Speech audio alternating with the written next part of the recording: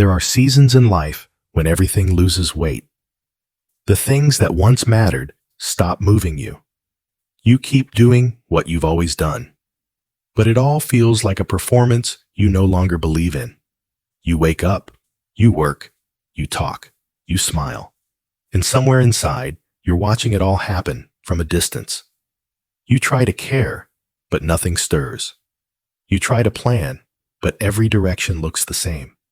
That's when a quiet question begins to form. What's the point of any of this? You don't say it out loud because people panic when they hear that kind of truth.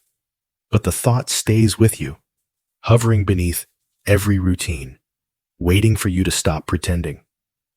Carl Jung once said, "The greatest and most important problems of life can never be solved. They can only be outgrown." This isn't a problem to solve. It's a threshold. At first, it feels like something is breaking down. But what's actually happening is that something false is falling away. Every psychological transformation begins with a collapse of meaning. The version of you that once felt real starts to fade, and the things that kept you motivated, success, approval, belonging, no longer hold power. Jung called this moment the confrontation with the unconscious. In 1913, at the height of his career, he entered a period of inner chaos so intense that he feared for his sanity. He saw images, heard voices, and recorded everything in what became the Red Book. Later, he wrote that those years were the most important of my life. Everything else is derived from them. He didn't find clarity through control. He found it by descending into the unknown parts of himself. If you've ever looked at your life and felt like a stranger in it, you've touched the same landscape Jung wandered through. It's not failure or apathy. It's the psyche withdrawing its energy from everything that no longer serves your growth. Your mind feels blank because the old structures are collapsing. Your heart feels numb because it's waiting for something real to return. Meaninglessness isn't the absence of meaning. It's the breakdown of borrowed meaning, the kind that comes from culture, family, or ego ideals. When those collapse, what's left is the raw ground of your own soul, unshaped and silent. That silence is not empty. It's alive. It's where new meaning begins to form. Jung described this descent as following the serpent of one's own depths. He believed that when the outer world loses its significance, the psyche turns inward to rediscover the living spirit. Imagine your identity as a house. You've built it over years, brick by brick, habit by habit. Then one day, cracks appear in the walls. Light leaks through the roof. No matter how you patch it, something deeper is shifting. You're being asked to leave that house behind, not because it failed, but because you've outgrown it. Transformation never feels like progress. It feels like death. But it's the kind of death that makes room for rebirth. Modern life disguises this process as burnout, boredom, or existential fatigue. We treat it as a malfunction to fix. But the psyche is not malfunctioning. It's reorienting. When your energy retracts from the outer world, you're being invited to turn inward. This is what Jung meant by introversion in its original sense. Not social withdrawal, but a return of psychic energy to its source. If you resist that pull, despair grows. If you surrender to it, something new begins to move beneath the surface. You're not losing purpose. You're shedding one that was never truly yours. A man once told me that after his divorce, he felt like a ghost moving through his own life. For months, he tried to rebuild what was lost. New goals, new relationships, anything to feel alive again. Nothing worked. Then, one day, he stopped trying. He said, maybe life isn't taking things from me. Maybe it's stripping away what was never real. That small realization became his turning point. He began noticing what quietly pulled his attention. Music, small acts of kindness, the strange clarity that came in solitude. He started to live from those small impulses, not as escape, but as guidance. What looked like the end of meaning was the clearing of the field. And from that ground, life began again. Most people don't wait long enough for that new life to appear. They rush to fill the void with distractions, philosophies, new goals, new people. But meaning can't be manufactured. It has to emerge. Jung warned that when we try to fill the void too quickly, we miss the message hidden in it.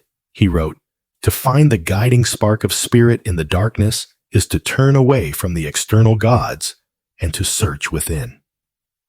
That search takes patience. It's a kind of listening, a willingness to let silence reveal what words cannot. After the collapse comes a whisper, a quiet instinct to move again. It's rarely dramatic. It might be a creative spark, a renewed curiosity, or the faint feeling that you want to be kind to someone. These are small signs that the psyche is reawakening. Follow them gently. Meaning rarely returns as a thunderclap. It returns as a pulse. You notice it when you stop forcing life to make sense and begin to let it breathe again. In Civilization in Transition, Jung described how modern people suffer from a loss of myth. We've replaced the sacred with efficiency, and in doing so, we've forgotten how to make sense of suffering. He believed that this crisis of meaning was not an error, but an initiation.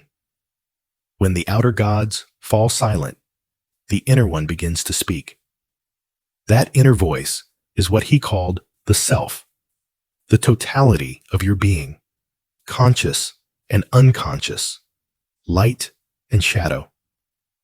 When life feels pointless, it's often because the ego story has ended, and the self is calling you toward a new one. What does this look like in practice?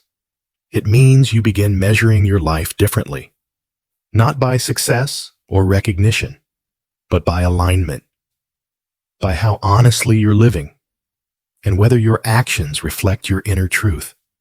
You stop chasing certainty. You start asking quieter questions. What feels genuine? What drains me? What draws me, even when I don't understand why? Meaning grows from the answers you live, not the ones you force. Jung called the bridge between the old self and the new one the transcendent function. It's the dialogue between your conscious mind and the unconscious that holds what you've ignored. When you stop running from despair and start listening to it, something alchemical happens. Opposites begin to integrate. That's why every myth of rebirth begins with descent. The underworld isn't a punishment, it's a process. It's where you meet the parts of yourself that the surface life never let you see. So when everything feels pointless, don't rush to escape it. Stay. Breathe. Let the silence become your teacher. Write what it shows you. Dream what it hides. Listen to what moves in the quiet. This is not the end of your life. It's the end of the version that wasn't truly alive. Jung once said, "The purpose of life is to make conscious that which lies within the unconscious." Meaning isn't found. It's revealed once everything superficial has burned away. If you're standing in that emptiness now, know this. The void is not the enemy. It's the doorway. And if you walk through it, you'll see that what feels like the end was only the beginning of something real. When life feels pointless, philosophy alone doesn't help. You can't read your way out of an emptiness that lives in your bones. Meaning isn't an idea. It's an experience. And when that experience disappears, no amount of thinking can bring it back. Jung understood this better than most. He knew that the mind cannot be argued into aliveness. Meaning returns only when we begin to participate in life again, not as an idea, but as an act. But how do you participate in something that no longer moves you? How do you keep walking when you can't see the path? Jung would say, you begin by listening. Because when everything feels empty, it isn't life that's silent. It's you who has stopped hearing the conversation between your soul and the world. To live through pointlessness, you must relearn how to listen. That begins with patience. Not the kind that waits for improvement, but the kind that allows you to stay with uncertainty without needing to escape it. Our culture teaches us to fill every void, to patch every silence, to fix what feels broken. But the psyche doesn't operate on demand. It moves at its own pace. And when it's pulling you inward, trying to reorganize what's been neglected, all your attempts to hurry, it only make the process harder. There's a kind of waiting that is alive. Jung called it active imagination, a dialogue between consciousness and the unconscious. When he was lost, he didn't run from the images that surfaced in his mind. He drew them, painted them, spoke to them. He gave them form. He made them real. You don't need to be Jung to do this. You can write what you feel without judging it. You can sit quietly and ask your anxiety what it wants. You can let your sadness draw a shape, even if it makes no sense. The point isn't to analyze. It's to begin a relationship with what's inside you. When you start listening, even clumsily, something inside begins to move again. But that movement doesn't happen easily, because numbness has its own gravity. It's easier to scroll, to watch, to fill the silence with noise. Distraction feels safe because it keeps you from seeing what's really happening underneath. Jung warned that what we refuse to face doesn't disappear. It waits. It buries itself deep, gaining strength in the dark, until it returns in disguise. Anxiety, obsession, emptiness that no pleasure can soothe. Numbness isn't peace. It's deferred transformation. Every time you look away from the void, you make it harder to hear what it's trying to tell you. But when you finally turn toward it, not to fix it, just to acknowledge it, its shape begins to change. Despair stops being an enemy and becomes a teacher. Pain doesn't vanish, but it begins to guide. That's when you start to live again, quietly, beneath the noise. Your body knows this process better than your mind. When the mind goes blank, the body still speaks. Meaninglessness often numbs the body first. You stop feeling grounded. You forget what real sensation feels like. It's not weakness. It's the psyche's way of protecting you from overload. But healing starts when you invite the body back into the conversation. Not with grand rituals, just small gestures of presence. Walk without your phone. Eat slowly, noticing texture, warmth, rhythm. Feel your breath without trying to control it. These acts might seem trivial, but they're how the soul returns to the body. They pull you out of abstraction and back into contact with life. Jung said that the psyche is rooted in the living body, not floating somewhere above it. When you return to your senses, you return to yourself. Still, there's danger in turning your emptiness into an idea. People often mistake numbness for enlightenment. They call it detachment, peace, or acceptance, when really it's another form of withdrawal. That's the shadow disguised as wisdom. To live through pointlessness, you have to face what the collapse has exposed. All the anger, jealousy, confusion, and grief that your former identity suppressed. It all comes up now, asking to be seen. Don't push it away. It's not there to destroy you. It's there to complete you. The shadow isn't darkness for its own sake. It's energy that was once yours, waiting to be reclaimed. If you want meaning to return, you have to welcome the parts of yourself that you've abandoned. Each one carries a fragment of life back to you. And then there's the well-intentioned danger of positivity. You've probably heard it. Just be grateful. Focus on what's good. Reframe your mindset. But when you're in an existential collapse, positivity feels like denial. It's like painting over a cracked wall while the foundation crumbles beneath it. You can't heal by pretending. Every myth of rebirth begins with descent. Light only becomes real when you've known darkness. Jung understood that true hope doesn't skip despair, it includes it. It's born from the willingness to stand in the ashes and still trust that something can grow there. When you stop demanding meaning to appear, life begins to offer small glimpses of it again, not as answers, but as moments. A sound, a face, a feeling that briefly reminds you that you're alive. That's enough. That's where real gratitude begins, not as optimism, but as recognition. When the outer world loses meaning, the psyche starts building authority within. Jung called this inner source the self, the quiet center of your being that holds the truth of who you are. It doesn't speak in words. It doesn't make demands. It nudges. Living through pointlessness means learning to live under this new guidance. Your ego will resist. It wants certainty, plans, results. The self doesn't care about any of that. It cares about authenticity. It moves through intuition, through moments of calm, through impulses that don't make logical sense but feel deeply right. This is where meaning begins to rebuild itself, from the inside out. And because it's rebuilding from within, it starts small. Not as a grand purpose or a mission statement, but as something barely noticeable. You might feel drawn to make a meal, to read again, to speak honestly for once without pretending to be fine. These are what I call micro-meanings. Tiny moments of participation that reconnect you with the pulse of life. Jung said the soul lives in details. Meaning doesn't return through one great revelation.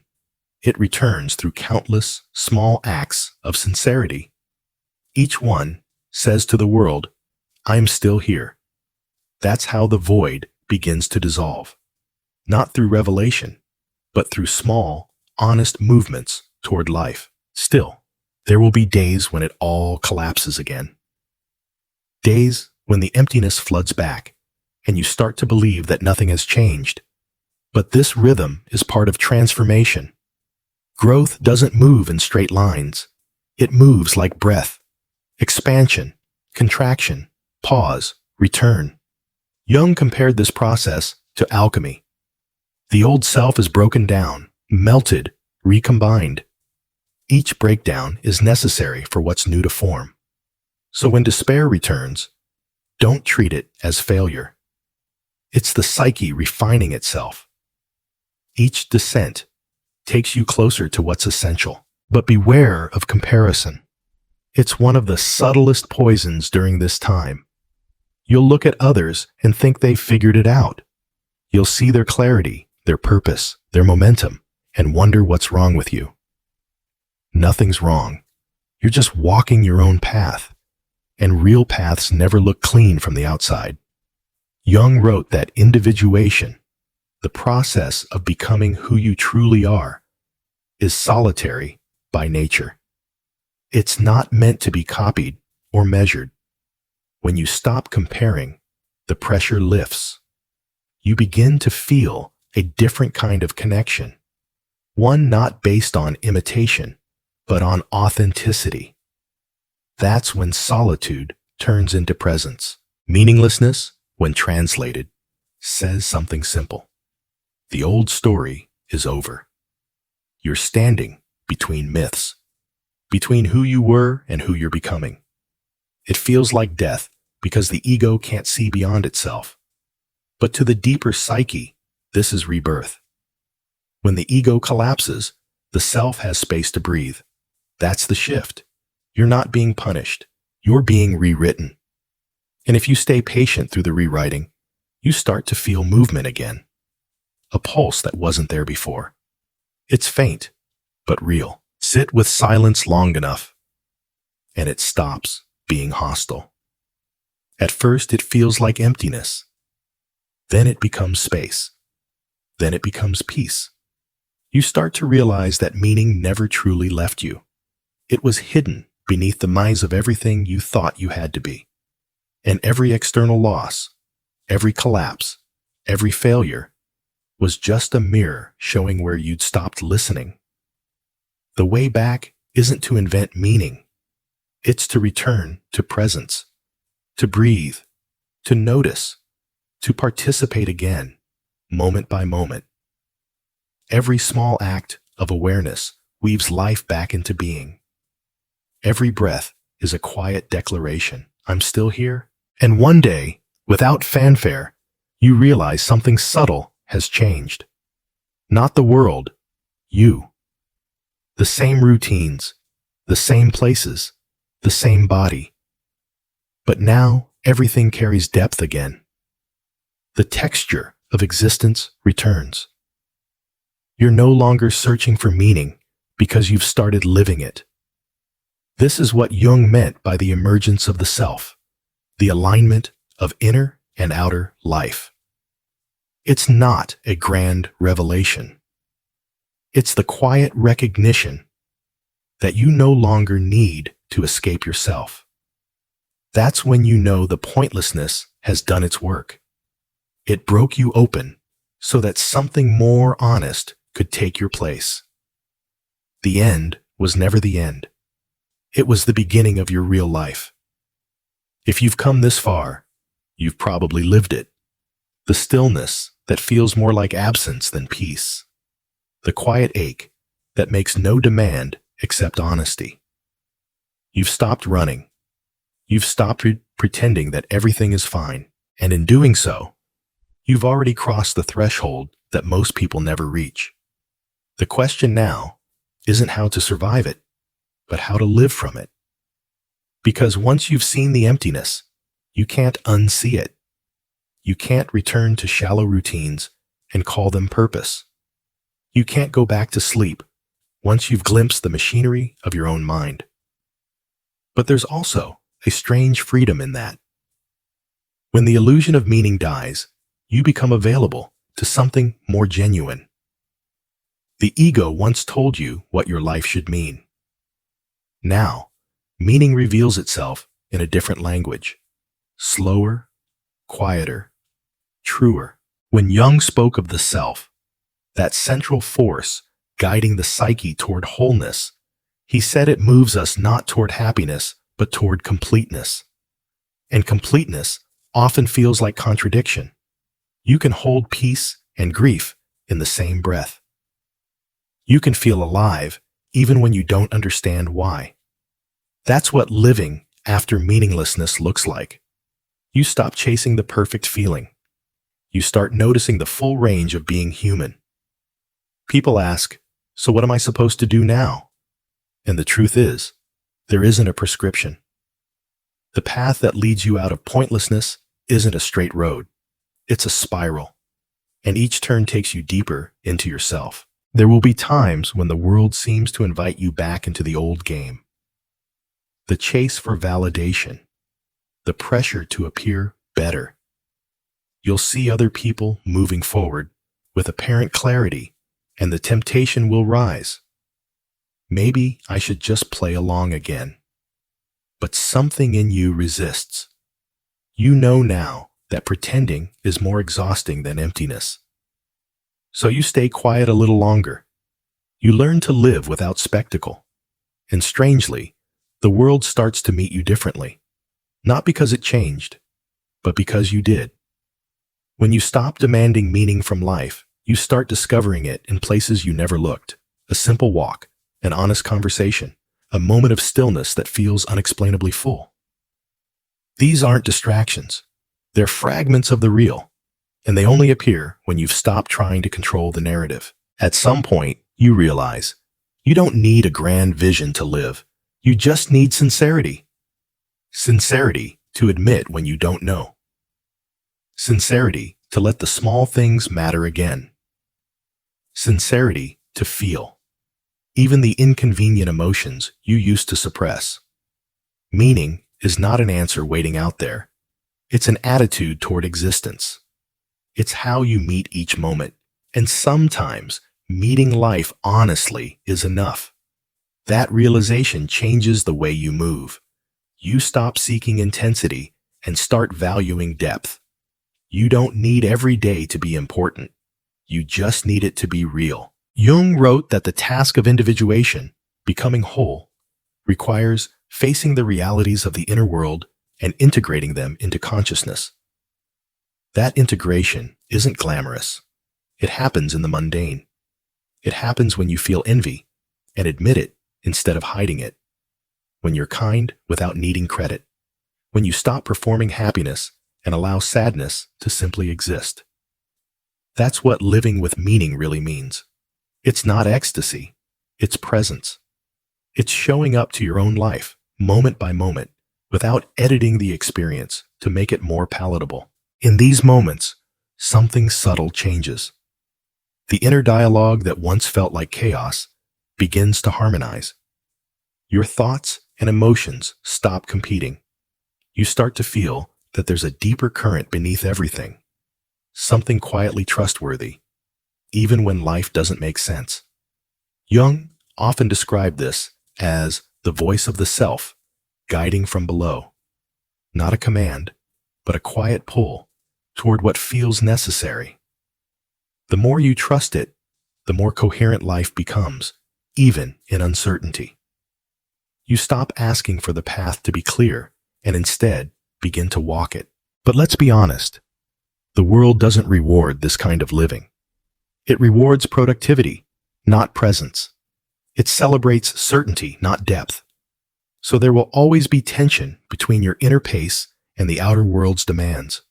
That's part of the work, to protect your inner rhythm without isolating from life. To move slowly in a world that moves too fast. To choose silence when everyone else is shouting. This balance is delicate, but it's also liberating. Because once you know how to return to yourself, you can walk through any environment and remain whole. You become less reactive, less desperate to prove your worth. You begin to see the difference between what drains you and what nourishes you. That discernment is what maturity feels like. It's not that life becomes easier. It becomes truer. There's a passage in the Red Book where Jung writes, "Who looks outside dreams, who looks inside awakes." That awakening isn't a single moment of enlightenment. It's an ongoing process of remembering yourself again and again. You look outside to engage with the world. You look inside to understand why it matters. And between those two movements, outer and inner, life becomes whole again. The feeling of pointlessness doesn't vanish entirely. It still visits, like a shadow at dusk. But now you recognize it. You no longer panic when it arrives. You nod, and it nods back. Because you know it's only reminding you to listen. When people ask, "How do I find purpose again?" I often tell them this. Stop trying to find it. Purpose isn't something you chase down. It's something that finds you when you start living truthfully. When you stop pretending to be more or less than what you are. When you allow your contradictions to coexist. Jung believed that the soul's language is paradox. It speaks through opposites. Joy and sorrow, light and shadow, love and solitude. To live meaningfully is to hold those opposites without needing to resolve them. That's psychological adulthood. Sometimes, after everything has fallen apart, you start to notice synchronicities, small coincidences that feel oddly personal. You think of someone and they call. You open a book and find a sentence that answers a thought you hadn't spoken aloud. Moments that seem meaningless to reason, but meaningful to the soul. Jung called this synchronicity, and a causal connection between inner and outer events. It's as if the universe is responding to your inner alignment, not by rewarding you, but by mirroring your reconnected state. When you start noticing these patterns, you realize that meaning has quietly returned. Not as certainty, but as dialogue. You and life are speaking again, and yet, even here, doubt remains. Sometimes you'll feel alive and certain, and the next day, it's gone. But meaning is not a possession. It's a rhythm. It expands and contracts like breath. The goal isn't to hold on to it forever. It's to stay open to its return. You learn to trust the process. You stop demanding permanence from something that's meant to flow. That's when the fear of losing meaning disappears. Because even when it fades, you know where to find it again. In awareness, in sincerity, in the small act of being present. There's a quiet strength that emerges after you've lived through the collapse. It's not confidence in the usual sense. It's humility, the kind that comes from knowing that you faced the void and survived it. You don't need to prove anything anymore. You understand that everything you lost was never truly yours to begin with. And everything that remains, your presence, your capacity to feel, your ability to love without needing guarantees. That's the essence of who you are. That realization is worth every ounce of emptiness that brought you here. And now, as you look at life again, at the simple things, the ordinary things, they don't seem so small. You realize they were never meaningless. They were waiting for you to be awake enough to see them. The sound of rain becomes profound. The act of making tea becomes sacred. The small moments of connection with another human being feel infinite. Because meaning was never hidden in grand visions. It was always here, inside the ordinary, waiting for you to return. So maybe that's how to live when life feels pointless. You stop running from the end, and you start learning from it. You let it break you open. You listen to the silence instead of fearing it. You rebuild your connection to the body, to the present, to the inner world that speaks in whispers. You realize that meaning isn't something life gives to you. It's something that arises when you begin to live truthfully, even in the dark. And when that happens, when you stop demanding purpose and start participating in existence itself, life doesn't suddenly become perfect. It becomes real. And that's enough. Jung once said, "In all chaos there is a cosmos, in all disorder, a secret order." When life feels pointless, that secret order hasn't disappeared. It's simply working underground, waiting for you to see it. And the moment you stop trying to force life to make sense, you begin to notice that the sense was always there, quiet, ancient, and patient. The end was never the end. It was the beginning of understanding. Not that life must have meaning, but that you are capable of living meaningfully, even when it doesn't.